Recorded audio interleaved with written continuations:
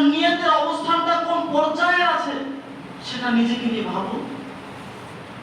আমি যে সমস্ত আমলগুলো করি একটু ভাবুন তো, আমার নিয়তগুলো কতটা শুদ্ধ আছে, কতটা সঠিক আছে, নির্ভেজাল আছে।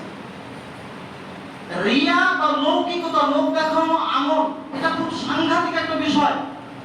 আপনি যদি নিয়তের ব্যাপারে সচেতন না হন, সতর্কতা অবলম্বন নিজের মধ্যে না নিয়ে আসেন, তাহলে খুব একটু অসচেতন হলে খুব কৌশলে শয়তান আপনার হৃদয়ে রিয়া প্রবেশ করিয়ে দেবে, লৌকিকতা, লোক দেখানো আমল প্রবেশ করিয়ে দেবে। অথচ আজকে আমরা এই নিয়তটাকে যেন তেন প্রকার একটা বিষয় ভাবছি। আমরা সমাজ সেবামূলক কোনো ভালো কাজ যদি করি, ছোট্ট একটা কোনো উপকার কোনো মানুষকে যদি আমরা করি, তাহলে সেটা আমরা ফেসবুকে শেয়ার করি এবং আমরা মানুষকে জানানোর চেষ্টা করি যে আমরা আজকে আমাদের সমাজে এই কাজটা করলাম। তাহলে এই ধরনের যে কাজগুলো আমরা করছি, উদ্দেশ্য আপনার হয়তো ভালো, কিন্তু আপনার নিয়তটা কোন দিকে যাচ্ছে আপনি নিয়তের দিকে খেয়াল করেছেন?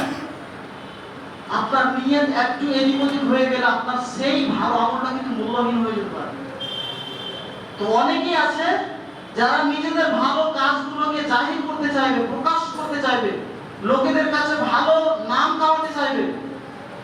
অনেক মানুষকে আমরা দেখতে পেয়েছি এরকম, যে যখন মসজিদে কেউ থাকে না, হয়তো সালাত আদায় করে চলে গেছে, সে পিছনে এসেছে বা সে নামাজ পড়তে পড়তে তার দেরি হয়ে গেছে, যখন মসজিদে কেউ আর থাকে না তখন তাড়াতাড়ি করে নামাজ পড়তে লাগে, রুকু সিজদা ঠিকভাবে পালন করে না, আদায় করে না।